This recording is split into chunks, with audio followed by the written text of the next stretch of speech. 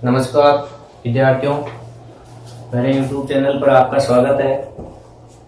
आज हम कक्षा 12th के चैप्टर 3 मैट्रिक्स का अध्ययन करेंगे,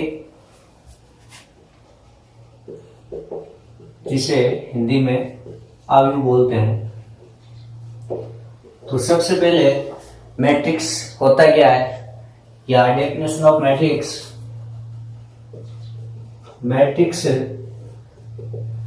मैट्रिक्स एक विभिन्न अवयवों का आयताकार क्रम विन्यास होता है। अर्थात जैसे इस प्रकार से ये जो एक आयताकार क्रम में विभिन्न अवयवों को लिखा गया है, ये क्या कहलाता है? मैट्रिक्स कहलाता है।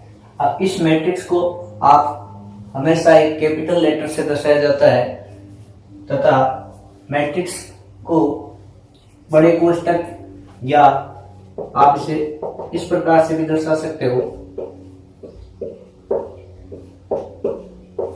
इसको आप इस प्रकार से भी दर्शा सकते हो।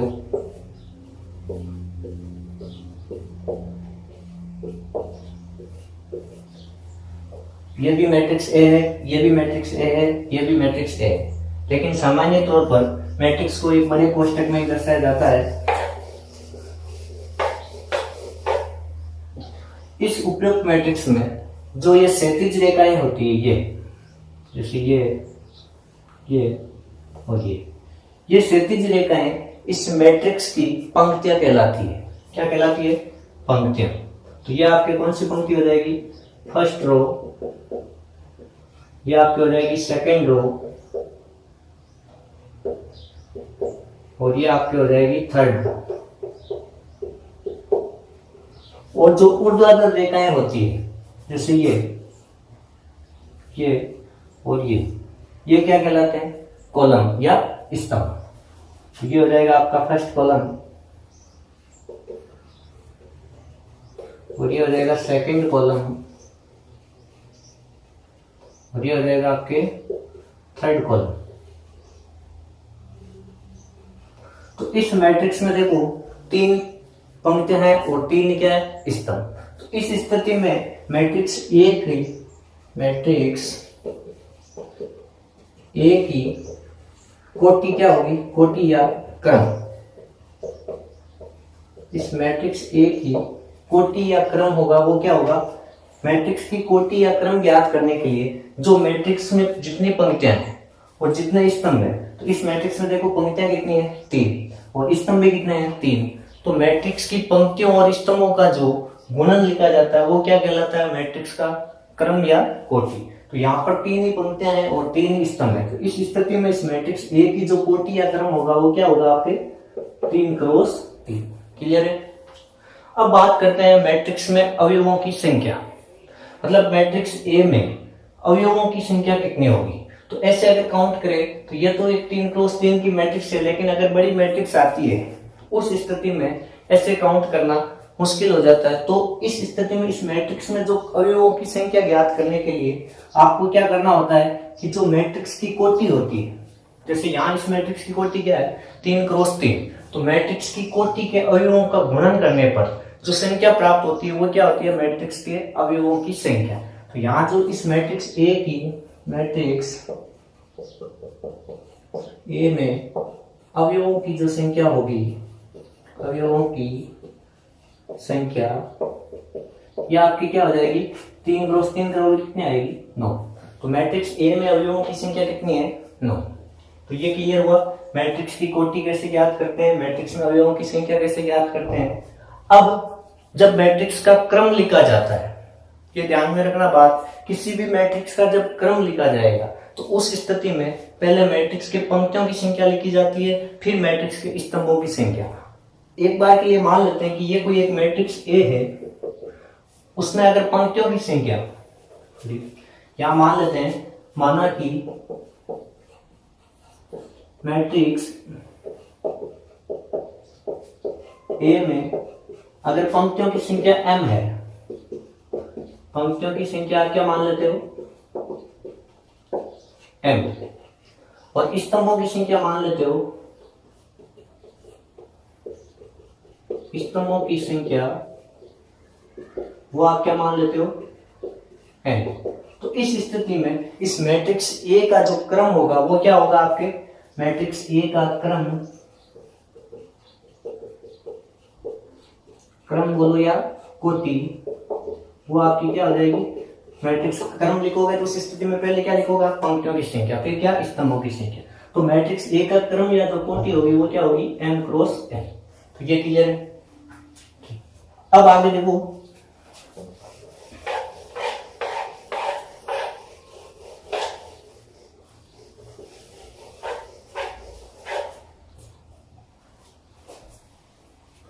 अब अगर किसी मैट्रिक्स, आपको अगर मान लो कोई मैट्रिक्स दी हुई है और उस मैट्रिक्स के अवयवों की स्थिति ज्ञात करने के लिए, या मतलब कौन सा अवयव कहाँ है, इसकी स्थिति ज्ञात करने के लिए किस प्रकार से हम ज्ञात करेंगे वो देखो। जैसे मान लेते हैं कोई एक मैट्रिक्स है A 2 4 6 3 2 1 1 9 4, ये कोई एक मैट्रिक्स है। अब इस मैट्रिक्स का क्रम क्या होगा, सीधी बात है, कितनी पंक्तियां इसमें, 3, और 3 ही क्या है, स्तंभ। तो मैट्रिक्स का जो क्रम होगा ये क्या होगा, 3 क्रॉस 3। अब यहाँ पर हम अवयवों की स्थिति बताने के लिए, या मतलब अवयवों का एड्रेस, कौन सा अवयव कहाँ है, तो उसके लिए देखो, अगर मैं इस पहले अवयव की बात करूं, ये पहला अवयव है, तो पहला अवयव देखो यहाँ पर कौन सी पंक्ति में आ रहा है, इस अवयव की बात करें तो यह अवयव कौन सी पंक्ति में आ रहा है, फर्स्ट पंक्ति में आ रहा है, नहीं आ रहा है, मतलब अवयव 2 है वो कौन सी पंक्ति में, R1 में, ठीक नहीं है। और ये जो अवयव है ये कौन से स्तंभ है, स्तंभ कौन सा है इसका, सॉरी ये स्तंभ तो हो जाएगा इसका C1, और ये पंक्ति कौन सी हो जाएगी इसकी, R1, मतलब पहली पंक्ति में है और पहले क्या है, स्तंभ।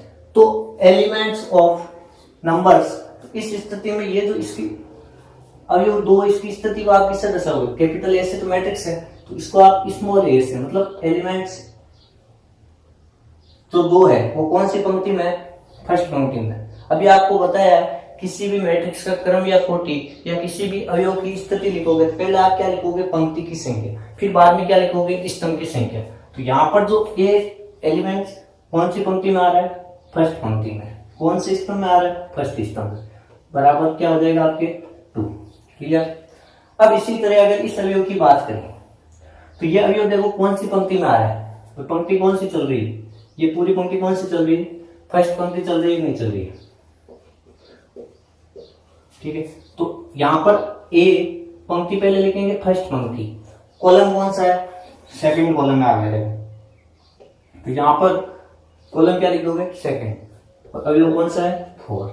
इसी तरह अगर इस अवयव की बात करें तो कौन सी पंक्ति में आ रहा है, फर्स्ट पंक्ति में, कॉलम कौन सा चल रहा है, थर्ड कॉलम, तो A1 3 कितना आ जाएगा, 6, क्लियर है। अब आते हैं इस अवयव पर, तो ये जो अवयव है ये अवयव कौन सी पंक्ति में आ रहा है, तो वो पंक्ति यहाँ चेंज हो जाती है, कौन सी पंक्ति में आ गए हम, सेकंड रो, कौन सी में आ गए, सेकंड रो, यहाँ सेकंड पंक्ति में आ गई। तो इस स्थिति में एलिमेंट्स ऑफ 3 जो आएगा वो कौन सी पंक्ति में आ रहा है, दूसरी पंक्ति में, तो पहले पंक्ति की संख्या, फिर बाद में अब ये स्तंभ कौन सा है, स्तंभ फर्स्ट है नहीं है, क्योंकि 3 कौन से स्तंभ में आ रहा है, फर्स्ट स्तंभ में आ रहा है, तो इस स्थिति में 2 1, और अवयव कौन सा है, 3। इसी तरह इस अवयव की बात करें तो ये अवयव कौन सी पंक्ति में आ रहा है, पंक्ति वही चल रही है, सेकंड A2, और स्तंभ कौन सा है, सेकंड स्तंभ, तो A2 2 कितना आ गया, 2। इसी तरह अवयव 1, ये कौन सी पंक्ति में आ रहा है, दूसरी पंक्ति में, स्तंभ कौन सा आ रहा है, तीसरा, A2 3 कितना आ जाएगा, 1। अब अगर लास्ट पंक्ति के अवयवों को लिखे तो यहाँ पर देखो A पंक्ति कौन सी है, तीसरी, और स्तंभ कौन सा है, फर्स्ट, तो A31 इक्वल टू कितना आ जाएगा, 1, और A32 ये कितना होगा, 9। अब यहाँ 32 कैसे लिखा, क्योंकि देखो पंक्ति, ये जो अवयव 9 है ये कौन सी पंक्ति में है, थर्ड पंक्ति में नहीं है, ये फर्स्ट हो गई, ये सेकंड, ये थर्ड पंक्ति का अवयव है, और तो यहाँ पर पहले पंक्ति की संख्या, और स्तंभ कौन सा है, सेकंड स्तंभ में आ रहा है, नहीं आ रहा है, तो सेकंड स्तंभ, तो A32 इक्वल टू 9। इसी तरह ये लिखे A33 इक्वल टू ये कितना होगा, 4। तो इस प्रकार से हम मैट्रिक्स के किसी भी अवयव की स्थिति का पता लगा सकते हैं। अब यहां से अगर सीधा देखें कि A32 पर कौन सा अवयव है, नो, तो यहाँ आप सीधा देख सकते हो कि तीसरी पंक्ति और दूसरे स्तंभ का जो अवयव है वो क्या है, नो। क्लियर है। अब बात आती है मैट्रिक्स का व्यापक रूप। तो मैट्रिक्स का व्यापक रूप कैसे लिखा जाता है,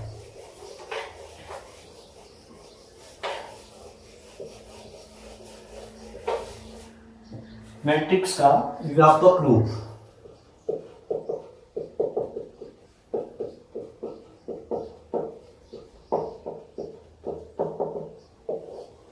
मान लेते हैं कि कोई मैट्रिक्स ए, माना कोई matrix A m cross n की मैट्रिक्स है।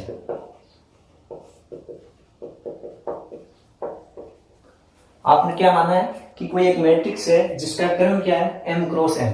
अब m क्रॉस n क्रम की मैट्रिक्स है तो इस मैट्रिक्स ए में पंक्तियों की संख्या कितनी होगी, m होगी कि नहीं होगी, क्योंकि पहले किसकी संख्या लिखी जाती है, पंक्तियों की, और बाद में किसकी लिखी जाती है, स्तंभों की।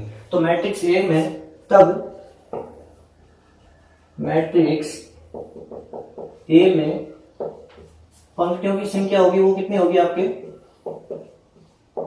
पंक्तियों की संख्या इक्वल टू m, तथा मैट्रिक्स ए में स्तंभों की संख्या कितनी होगी,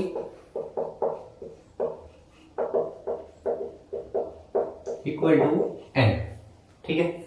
अब अगर मैं इसका व्यापक रूप लिखना चाहूं मैट्रिक्स ए का, तो मैट्रिक्स ए इक्वल टू, यहां पर जो अवयव आएगा फर्स्ट अवयव, तो अवयव ए ये कौन सी पंक्ति में आएगा, फर्स्ट पंक्ति में आएगा और फर्स्ट कॉलम में आएगा। क्लियर है कि नहीं। इसी तरह सेकंड अवयव पंक्ति फर्स्ट ही है लेकिन कॉलम चेंज हो गया। इसी तरह थर्ड अवयव पंक्ति फर्स्ट ही है, कॉलम कौन सा हो जाएगा, तीसरा कॉलम हो जाएगा। इस प्रकार से ये यहाँ कहां तक चलेगा, आपने क्रम क्या लिया मैट्रिक्स का, m क्रॉस n, और यहाँ पर चेंज क्या हो रहा है, देखो पंक्ति सब में एक ही है लेकिन स्तंभ चेंज हो रहा है। स्तंभ कहां तक जाएंगे, n स्तंभ है मैट्रिक्स में, तो यहाँ पर आप क्या लिख दोगे, A1n। ये क्लियर है कि नहीं है। इसी तरह अगर दूसरी पंक्ति में चले तो यहाँ पर A21, यहाँ पर पंक्ति चेंज हो गई, फर्स्ट स्तंभ है, A22 पंक्ति वही चल रही है, दूसरी स्तंभ कौन सा आ गया, सेकंड, A23। इसी प्रकार से ये कहां तक चलेगा, A2n, क्योंकि मैट्रिक्स में स्तंभों की संख्या कितनी है, n। इसी तरह अगर इस प्रकार से चले हम, यहां देखो अब यहां पर पंक्ति स्तंभ वही रहेगा, फर्स्ट स्तंभ एक नहीं है। इस प्रकार से नीचे से कितने चले, फर्स्ट स्तंभ में आएगा, तो यहाँ जो अवयव लिखा जाएगा वो कौन सा होगा, ए। अब यहाँ पंक्ति चेंज हो रही है, 1 2 3 4 इस प्रकार से पंक्ति चेंज हो रही है, तो यहाँ जो लास्ट पंक्ति आएगी वो कौन सी होगी, क्योंकि आपने मैट्रिक्स में पंक्तियों की संख्या क्या ली है, m ली नहीं ली, तो यहाँ पर ये क्या हो जाएगा, an1, स्तंभ फर्स्ट है, पंक्तियों की संख्या m। इसी प्रकार से इधर चले तो ये क्या हो जाएगा, am2, और ये क्या हो जाएगा, am3, और अगर इस प्रकार से चले तो ये क्या हो जाएगा आपके amn, क्योंकि यहां पर देखो पंक्ति m है और स्तंभ कौन सा है, n। इस प्रकार से ये जो क्रम प्राप्त हुआ हमें m क्रॉस n क्रम की मैट्रिक्स का व्यापक रूप प्राप्त हुआ है। क्लियर है। अगर इसको आप संक्षिप्त में लिखना चाहो तो संक्षिप्त में मैट्रिक्स का व्यापक रूप क्या लिखोगे, इसलिए मैट्रिक्स का व्यापक रूप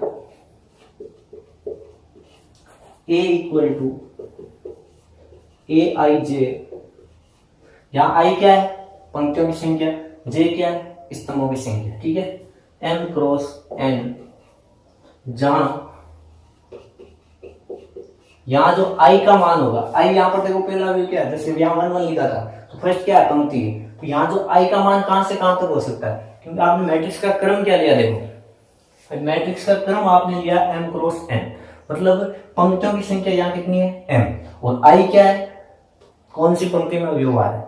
तो इस स्थिति में I का मान क्या हो सकता है, 1 से लेके या तो 1 के बराबर या 1 से बड़ा, और कहां तक जाएगा, m के बराबर या m से छोटा, क्योंकि m से अधिक जाएगा नहीं, क्योंकि मैट्रिक्स का जो आपने क्रम लिया है वो m क्रॉस n लिया। और इसी तरह अगर j की बात करें, j क्या है, यहाँ पर स्तंभों की संख्या, तो स्तंभों की संख्या यहाँ कितनी है, n। तो इस स्थिति में ये आपके n तक जाएगा और छोटे से छोटे क्या हो सकता है 1। तो ये जो आपके पास प्राप्त हुआ ये मैट्रिक्स का क्या है व्यापक रूप का। क्लियर है ये। अब आगे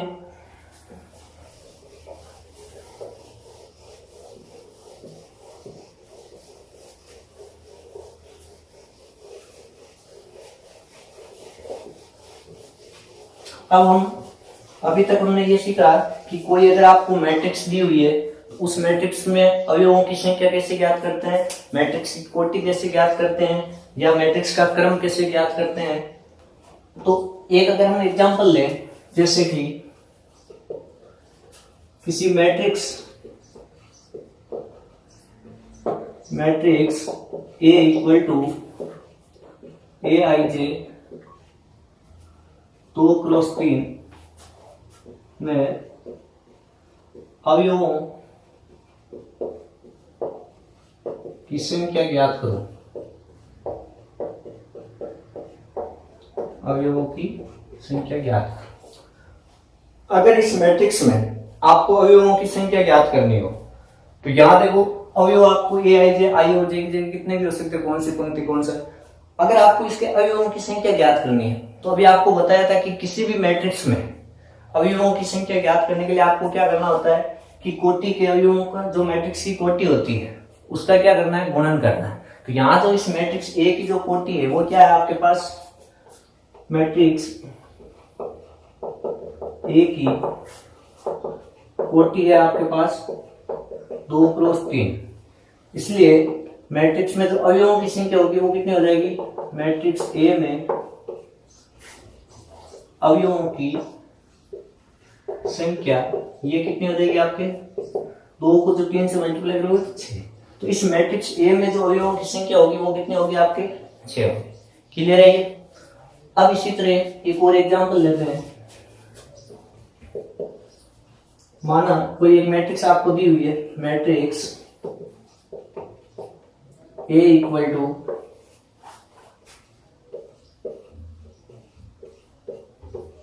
ये कोई मैट्रिक्स दी हुई है और आपको ये पूछा है कि इस मैट्रिक्स में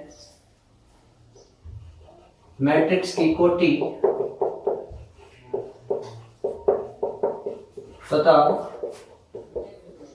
अवयवों की संख्या ज्ञात करो। अवयवों की संख्या ज्ञात करो।